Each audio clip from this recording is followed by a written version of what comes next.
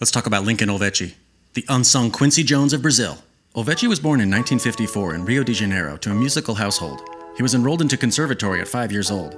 By 16, he already had an album out of instrumental covers. When he was 19, he traveled to the US, where he had a go at being a studio musician. There, he picked up some instruments that didn't exist in Brazil at the time, like a Rhodes, a clavinet, and a minimoog.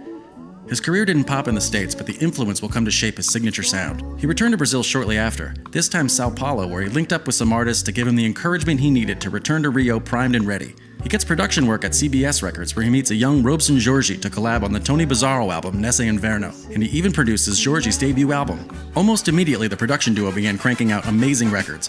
Olivetti's equipment and US tenure made him a shoo-in for the worldwide disco invasion of the late 70s. He produced albums for Tim Maia, Ronaldo Zeta, Don Beto, and the band Taxi, to name a few. But it was the early 80s that Olivetti and Jorge made their most seminal works. They were hired as producers for the Som Livre label, where they created anthems for the best of the best in Brazilian music.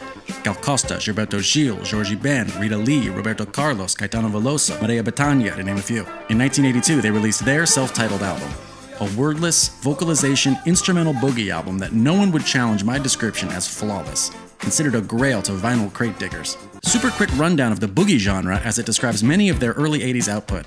Boogie came after disco. It remains up-tempo and dancey, but instead of the four-on-the-floor beat pattern and sweeping strings, it pulled more from R&B and funk, as well as embracing the synthesizer boom at the time. Think of it as the missing link between disco and house music. Okay, back to Lincoln. This is where things get messed up. Olivetti's music was getting popular worldwide, and whenever that happens, Brazilian music critics get upset for the same reason. For real, they criticized Jobim with Bossa Nova, they got mad at the Tropicalia gang, and they slammed Lincoln and Robson for essentially watering down and Americanizing Brazilian pop music. This rejection, combined with the label restructuring, led to an abrupt, cold shoulder by the music industry. By the end of the 80s, Olivetti was living in seclusion, and in 1992, Robson Jorge passed away, largely forgotten. Olivetti continued to work in relative seclusion until his death in 2015. But his legacy continues to grow. Robson and Lincoln's album has been streamed and reissued many times.